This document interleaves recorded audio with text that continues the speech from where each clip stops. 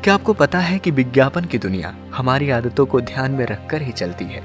नमस्कार, मैं हूं संजय और आज हम चर्चा कर रहे हैं द पावर ऑफ हैबिट नामक किताब पर। आज हर चीज को प्रमोट किया जाता है, हर चीज का विज्ञापन किया जाता है, पर कभी आपने ये नोटिस किया है कि वो विज्ञापन क्यों किया जाता है?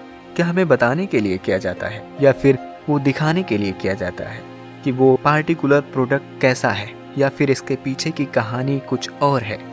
जी हाँ, इसके पीछे की कहानी कुछ और है, और वो ये है कि हमें बार बार उस विज्ञापन को दिखाकर हमें उस प्रोडक्ट की आदत डाल दी जाती है।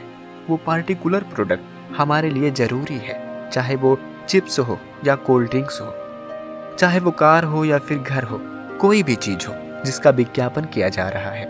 इसके पीछे का मतलब सिर्फ यही बताना है कि वो चीज़ हमारे लिए कितना ज़रूरी है और हमें उस चीज़ की आदत पड़ जाती है। इस बात को एक छोटे से एग्जाम्पल से समझते हैं। एक साइंटिस्ट था जो कि रिसर्च कर रहा था और उसे सिगरेट पीने की आदत थी।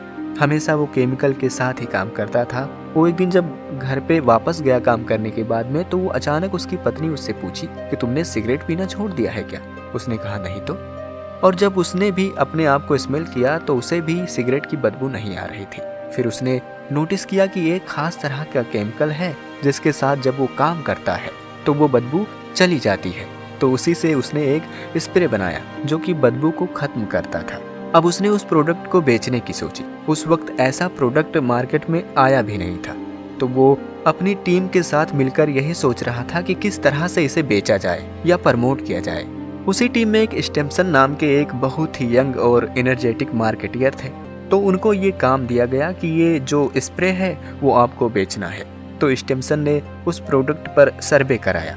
उन्होंने वो प्रोडक्ट लेकर पूरे इलाके में बांट दिया और घर घर जाकर बांटा, और सबसे परमिशन ली कि वो उनके घर दोबारा आएंगे और उनका फीडबैक लेंगे कि उनको ये प्रोडक्ट कैसा लगा। और उस प्रोडक्ट को नाम दिया गया फेवरेज। अब स्टेम्सन का ये चैलेंज था कि ये पता लगाया जाए कि जो स्प्रे है उसे लोगों के आदत में कैसे तब्दील किया जाए, और अगर वो एक बार आदत में तब्दील हो गया तो फिर क्या था, तब तो लोग उसे चुटकियों में खरीदेंगे। तो इसी बात को ध्यान में रखते हुए वो सारे स्प्रे पूरे शहर में बांट दिए गए। इन्हीं सब के दौरान स्टेम्सन की मुलाकात एक 27 साल की लेडी से हुई जो कि पार्क रेंजर थी। पार्क रेंजर से मतलब है कि जैसे हमारे यहाँ फॉरेस्ट ऑफिसर, जिनका काम था कि जंगल से बाहर निकल आए जानवरों को पकड़कर दोबारा जंगल में करना या उनको दोबारा जंगल में डालना।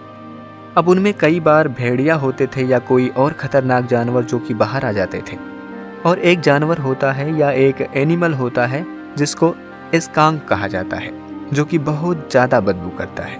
तो जब स्टेम्सन और उसके साथी उस पार्क रेंजर महिला के घर गए तो उन्हें बहुत बदबू आया, और उस लेडी ने भी इन सबको अपनी बात बताई। उसने कहा कि मैं अनमैरिड हूँ, मैं चाहती हूँ कि मेरी शादी हो जाए, पर मैं जिसके साथ भी जाती हूँ उन सबको मुझसे बदबू आती है। अक्सर लोग शुरुआत में 1-2 बार डेट करते हैं और फिर उसके बाद में वो दोबारा मुझसे दूर चले जाते हैं। अब ये नहीं समझ पा रही हूँ कि इस बदबू को दूर कैसे करूँ, क्योंकि मेरा यही काम है, इसे मैं छोड़ नहीं सकती, ये मेरा जॉब है। मैं हर तरह का नुस्खा आजमा चुकी हूँ कि मेरे शरीर से जो बदबू है चली जाए, पर जाती ही नहीं है। तो स्टेम्सन ने उस लेडी को वो प्रोडक्ट दिया और कहा कि वो दोबारा आएंगे और उससे इस प्रोडक्ट का फीडबैक लेंगे। तो जब दोबारा स्टेम्सन और उसकी टीम उस लेडी के घर गई तो लेडी ने बहुत ही खुशी से उनका स्वागत किया और भावुक होकर रोने लगी। तो इस हादसे से स्टेम्सन समझ गए कि ये प्रोडक्ट तो बहुत बिकने वाला है। लेकिन जब वो लौट कर अपने ऑफिस पहुंचे तो दूसरा एक चैलेंज उनका इंतजार कर रहा था, और वो ये था कि जो दूसरे ग्रुप थे जिनमें बहुत सारे एनिमल लवर थे जिन्हें फेवरेज का कोई फ़ायदा नज़र नहीं आया। उनमें एक लेडी थी जिनकी 9 बिल्लियाँ थीं।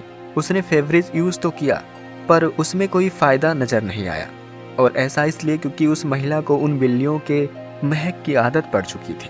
हमारे सूंघने की क्षमता के पीछे का एक साइंस ये है कि अगर हम किसी एक खास तरह के खुशबू या बदबू के बीच बहुत समय तक रहते हैं तो धीरे धीरे वो तीखी गंध भी हमें महसूस नहीं होती है। एग्जाम्पल के तौर पर अगर आप कभी मछली मार्केट गए हों या फिर आप फिश नहीं खाते तो आपको मछलियाँ बदबू करेंगी, लेकिन जो लोग फिश खाते हैं या जो लोग मछलियाँ बेचते हैं उनको उस बदबू की आदत हो जाती है।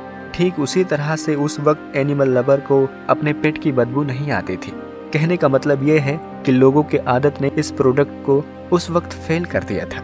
तब उस स्प्रे कंपनी ने बहुत सारा पैसा खर्च किया और एक बहुत बड़ी टीम बनाई और फिर से एक नए फार्मूले के साथ फेवरेज को लॉन्च किया।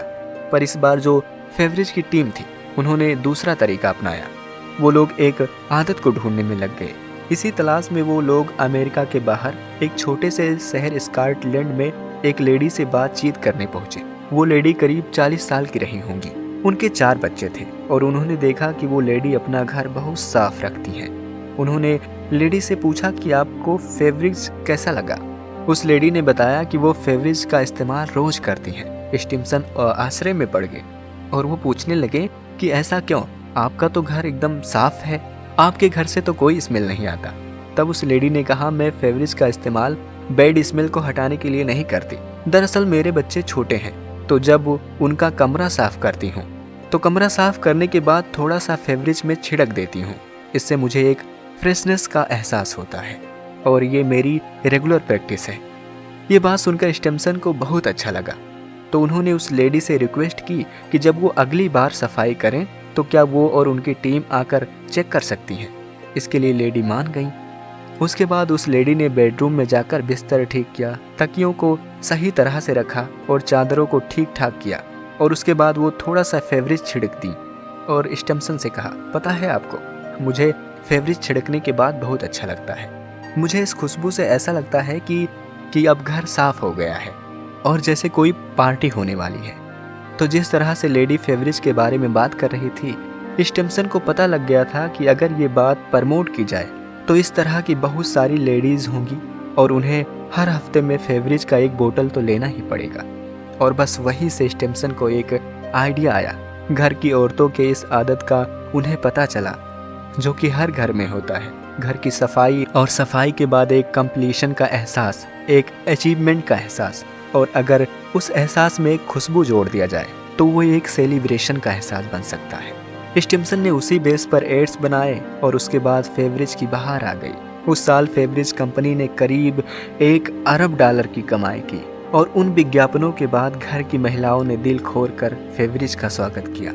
और स्टिम्सन को तब पता लगा कि जो पिछली महिला थी, जो कि एक पार्क रेंजर थी, उनकी आदत को ध्यान में रखकर वो लोग गलत दिशा में प्रमोशन करने लग गए थे। वो घटना किसी एक महिला के साथ होता था, पर जब स्टिम्सन ने ये जाना कि सही आदत क्या है और उस आदत को उसने अपने एड्स में इस्तेमाल किया, तो फिर कंपनी ने बहुत मुनाफा किया। तो कुल मिलाकर हम ये कह सकते हैं कि अगर हम सही आदत को पहचान लें तो चुटकियों में दिन बदले जा सकते हैं। तो बस आज की कहानी यही खत्म हुई। मिलते हैं अगले एपिसोड में, तब तक के लिए आप अपना ख्याल रखें। Thank you.